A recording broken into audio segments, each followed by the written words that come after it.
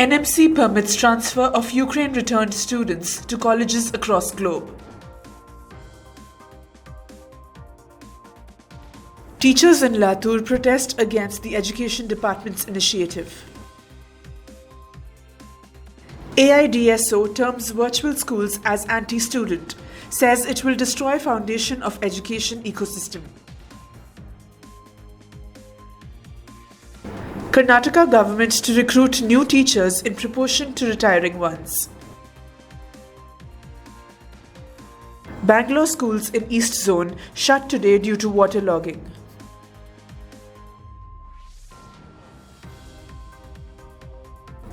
IGNOU welcomes entries for Student Innovation Award 2022. Students and teachers criticize lack of clarity in admission process for PhD programs in JNU.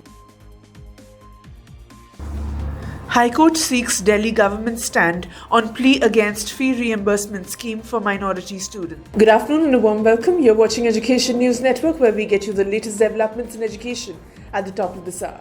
This is Nitya reporting from ENN, and the daily stories are: the National Medical Commission has permitted students who had to return to India after the Russia-Ukraine war to transfer in colleges in countries across the globe. Earlier, students studying medicine in a foreign country were not allowed to shift their country of study mid-course. Considering the circumstances, the NMC in its recent notice said NMC conveys its no objection for academic mobility program in respect of Indian medical students who are studying in Ukraine, provided that other criteria of screening test regulations 2022 are fulfilled. Even though universities in Ukraine have commenced their operations, students are not going to the varsities due to geopolitical conditions. Most of the students are attending classes online. However, the NMC only recognizes theory classes online, and a considerable portion of medical education is practical education. Thus, the students are looking for alternative solutions. A majority of Ukraine-returned students demanded to be given seats in Indian private medical schools as a temporary solution. However, there is yet to be a response by the National Medical Commission and the Ministry of Health and Family Welfare. Teachers in Latur district of Maharashtra tied black ribbons to their arms as a sign of protest against the Aaple Guruji Abhiyan, that is My Teacher initiative launched by the State Education Department, as reported by an official on Tuesday. Educators who were part of the Congress Teachers Unit registered their protest during the Teachers' Day celebrations in the district on Monday. Under the Aaple Guruji Abhiyan, the Education Department has directed schools to put up photos of teachers in the classrooms. The teachers also protested BJP MLA Prashant Bam's remark that several Zilla Parishad teachers were not staying in the areas where their schools are situated but continue to receive rent as part of their salary. District Chief of the Teachers Congress Keshav Gambhire said, "Teachers are entrusted with other tasks apart from schooling. Now the Education Department has ordered to display teachers' photos in classroom. The move has caused displeasure." The All India Democratic Students Organization on Saturday termed the launch of the Delhi Model Virtual School as anti-student and said that the move will destroy the foundation of the education ecosystem. Online classes can never be a wholesome substitute for classroom learning, it said in a statement. Delhi Chief Minister Arvind Kejriwal on Wednesday launched the Delhi Model Virtual School, which he claimed was India's first such platform, while announcing that students from across the country will be eligible for admission. The school is for classes 9 to 12. The AIDSO statement said, according to the Chief Minister, this step would ensure revolutionary changes in education. But his past actions tend to portray a different picture altogether, wherein around 50 public schools were shut down. Education is not just about cramming facts and hoarding degrees, but the holistic development of a child. The social interactions with teachers and fellow students are crucial in nurturing young minds. Furthermore, free online education will widen the gulf between the rich and the poor students, as has already been witnessed during the lockdown phase. Practical-based science subjects can never be taught effectively through virtually stimulated labs. The Karnataka Chief Minister Baswaraj Bommai on Monday said that the state government will recruit new teachers to fill in for the ones who retire in a year to maintain continuity. after inaugurating Teachers' Day celebrations on the occasion of birth anniversary of former President of India, Professor S. Radhakrishnan, the Chief Minister said, in the coming days, the government will recruit the total number of teachers who will retire in that year, recruit the equal number of teachers, impart training, and post them in the places of retiring teachers. He said that the state government has allocated Rs 25,000 crores for the education field, of which Rs 19,000 crores goes towards the salary of teachers and Rs 5,000 crores to the development of schools. The Chief Minister said that the students have stopped coming to schools due to the lack of toilets, and the state government has chalked out a plan of providing separate toilets for the girls and boys in all government schools within 1 year.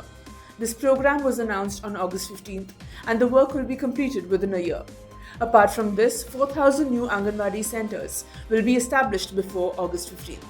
The burden of teaching has been reduced thanks to the recruitment of new 15,000 teachers.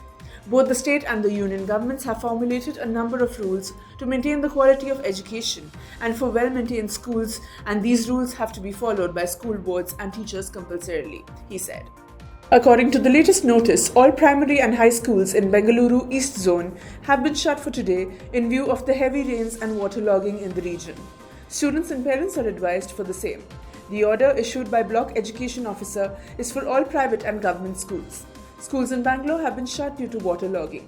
The city has been facing flood crisis since 2 days, and many IT offices and schools have been asked to shut.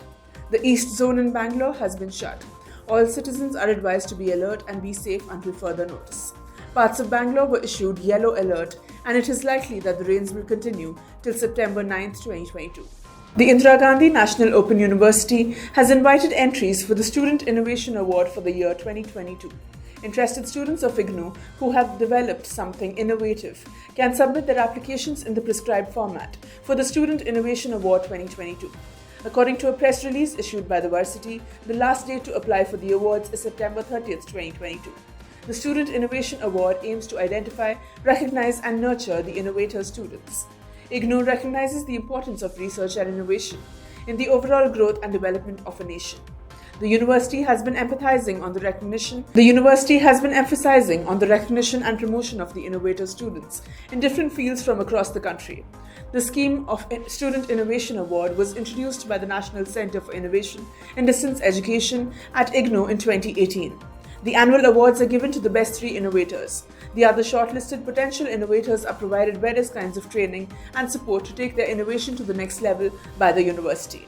The best 3 entries are awarded trophies, certificates, and cash prizes of Rs 10,000, 7,000, and 5,000 for the first, second, and third positions, respectively. Students can check the prescribed application format and guidelines at ignou.ac.in. The prospectus for PhD admission to the Jawaharlal Nehru University has led to a row, with students and teachers criticizing the lack of clarity around the process and the decline in the number of seats. Students have claimed that the total number of PhD seats across centers in the JNU will decline by 32% from the academic year 2022 to 2023, and many centers plan to fill all the seats with students selected for junior research fellowship. Teachers and students at the university have raised concerns over the lack of clarity as regards the starting of the admission process. There was no immediate response from the administration. The JNU recently released the PhD prospectus for the academic session 2022 to 2023, according to which admissions will be based on merit. The candidates seeking admission into PhD programs have to appear in the CBT, that is computer-based test.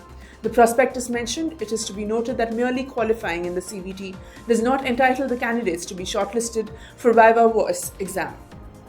Shortlisting of the candidates to be called for Viva Voce shall be done as per the following criteria. The JRF qualified candidates will be exempted from the CBT. They are required to apply separately under the JRF category. Such candidates shall be shortlisted and called directly for Viva Voce. While a section of students is saying that the university should retake the responsibility of conducting the entrance examination from the National Testing Agency, another section is demanding that the NTA should continue conducting the entrance exams for PhD admission. The Delhi High Court has sought the stand of the Delhi government and Delhi Minorities Commission on a plea challenging the scheme providing for reimbursement of tuition fees of school students belonging to minority communities. A bench of Chief Justice Satish Chandra Sharma and Justice Subramaniam Prasad issued notice on public interest litigation by Avinash Malhotra, who claimed that the exclusion of students from non-minority, low-income backgrounds based on religion and caste was unconstitutional. The petitioner said that this constitutional hurdle can be overcome by tweaking the policy if reimbursement of fees is provided to all those who belong to low-income families and not only minority communities. The plea filed through lawyer Avantika Manohar said, the respondent notified a scheme for the reimbursement of tuition fees for minorities categories, students studying in class 1st to 12th, which is under challenge in the present petition. As per the scheme, minority students with family income below Rs 3 lakh per annum were eligible for obtaining reimbursement of tuition fees and other compulsory fees in recognized public schools in Delhi. It is the case of the petitioner that this policy is in violation of Article 14 and 15 of the Constitution. It does not conform to either Article 15(4) or Article 15(6) of the Constitution. The petitioner said that if the benefit of the reimbursement scheme is extended to all low-income families, it would be in consonance with Article 46 of the Constitution, which demands that the state would promote the educational and economic interests of weaker sections of the people. The plea further alleged that the policy was not based on any quantifiable data to identify socially and educationally backward classes of people in Delhi, and it simply granted a special provision to all minorities. That's all for today. Thank you for watching Education News Network. For more such videos, do log on to our website, theENN.com, and don't forget to like, share, comment, and subscribe. Signing off, this is Nitya.